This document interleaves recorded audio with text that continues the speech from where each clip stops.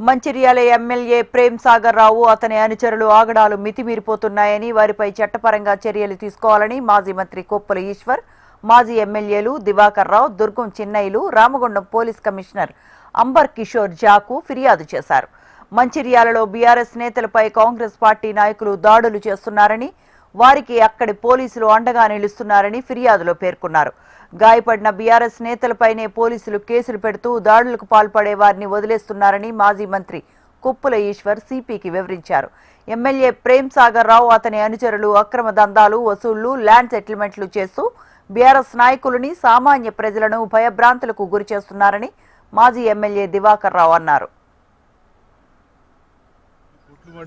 హాస్పిటల్లో ఉన్నప్పటికీ ఆయన మీదనే కేసు పెట్టి మిగిలిన వాళ్ళని వదిలిపెట్టేటువంటి పరిస్థితి.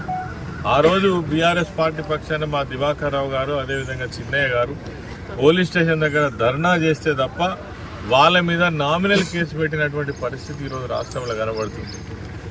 అది గోదావరిఖని ప్రాంతం కావచ్చు, పెద్దపల్లి ప్రాంతం కావచ్చు, మంచిర్యాల కావచ్చు, రామగుండం సిపి పరిధిలో ఉన్నటువంటి చాలా ప్రాంతాలలో పోలీసులు ఏదైతే ఉన్నదో ప్రభుత్వం యొక్క ఒత్తిడితో బెల్లంపల్లి కావచ్చు, బెల్లంపల్లి పట్టణం కావచ్చు, పోలీసులు ఎవరైతే ఉన్నారో ప్రభుత్వంలో ఉన్నటువంటి ఎమ్మెల్యేల, మంత్రుల ఒత్తిడి మేరకు వాళ్ళకు తల ఒగ్గి బీఆర్ఎస్ పార్టీ కార్యకర్తల మీద, సోషల్ మీడియాలో పనిచేస్తున్నటువంటి వారిపైన, అదేవిధంగా ప్రభుత్వం చేసినటువంటి వాగ్దానాలు అమలు చేయకపోయినా కావచ్చు, లేదంటే ప్రభుత్వం చేస్తున్నటువంటి తప్పులను ఎత్తి చూపితే అదే నేరంగా పరిగణించి వాళ్ళ మీద కేసులు పెట్టేటువంటి ప్రయత్నం ఈ రాష్ట్రంలో మొత్తంగా జరుగుతున్నది.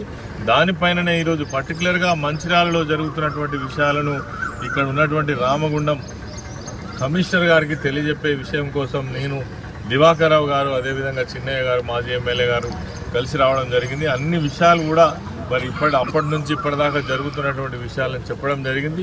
వీటన్నింటిని కూడా కంట్రోల్ చేయకపోతే, కింది స్థాయి అధికారులను మీరు ఆదేశించకపోతే మాత్రం ఈ హరాస్మెంట్ ఆగదని గట్టిగా చెప్పడం జరిగింది. తప్పకుండా చర్యలు తీసుకుంటామని చెప్పేసి వారు హామీ ఇవ్వడం జరిగింది. ఖచ్చితంగా ఎక్కడ హరాస్మెంట్ జరిగినా బీఆర్ఎస్ పార్టీ నాయకులు, కార్యకర్తలు ఎవరైతే ఉందరో అప్రమత్తంగా ఉండాలి. అదేవిధంగా ఈ పోలీస్ కేసులకు కూడా భయపడే అవసరం లేదు. గతంలో 10 సంవత్సరాలు మనం కూడా ప్రభుత్వంలో ఉన్నాం, ఫ్రెండ్లీ పోలీసింగ్ చేసినాం. ఆ రోజు ఎవరిని హరాస్మెంట్ చేయలే, ఎవరిని ఇబ్బంది పెట్టలే, ఎవరికి ఆపద వస్తే మనం ఆదుకున్నాం తప్ప కొంతమంది పర్టికులర్గా టార్గెట్ చేసి అలా కేసులు పెట్టేటువంటి విష సంస్కృతి ఇది మంచిది కాదని చెప్పేసి మేము మరి హెచ్చరిస్తా ఉన్నాం. దగ్గుల మధు మీద మొన్న 19th నాడు దాడి చేయడం జరిగింది. తలకాయ కుట్టుబట్టి ఇదే దగ్గుల మధు మీద లాస్ట్ ఇయర్ వినాయక చవితి నాడు నైట్ 11:15 కూడా దాడి చేసి అనుకుంటే నేను పోలీస్ ఆఫీసర్ చెప్పడం జరిగింది. అయితే ఇదే కాకుండా అంతకుముందు గడప రాకేష్ అనుకోండి, మందపల్లి శ్రీనివాస్ అనుకోండి, కందుల ప్రశాంత్ అనుకోండి, ఇంకా చాలా మంది మీద నెంబర్ ఆఫ్ కేసెస్, అన్ని తప్పుడు కేసులు పెట్టి వాళ్ళే కొడుతుండ్రు.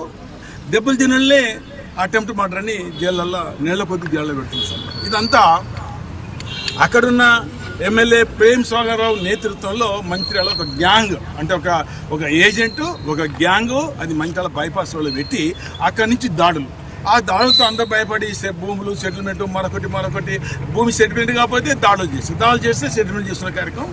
అక్కడ స్థానిక ఎమ్మెల్యే నెంబర్ ఆఫ్ కేసెస్ చేస్తున్న సందర్భాన్ని ఎప్పటికప్పుడు మేము ఎండగడుతున్నాం.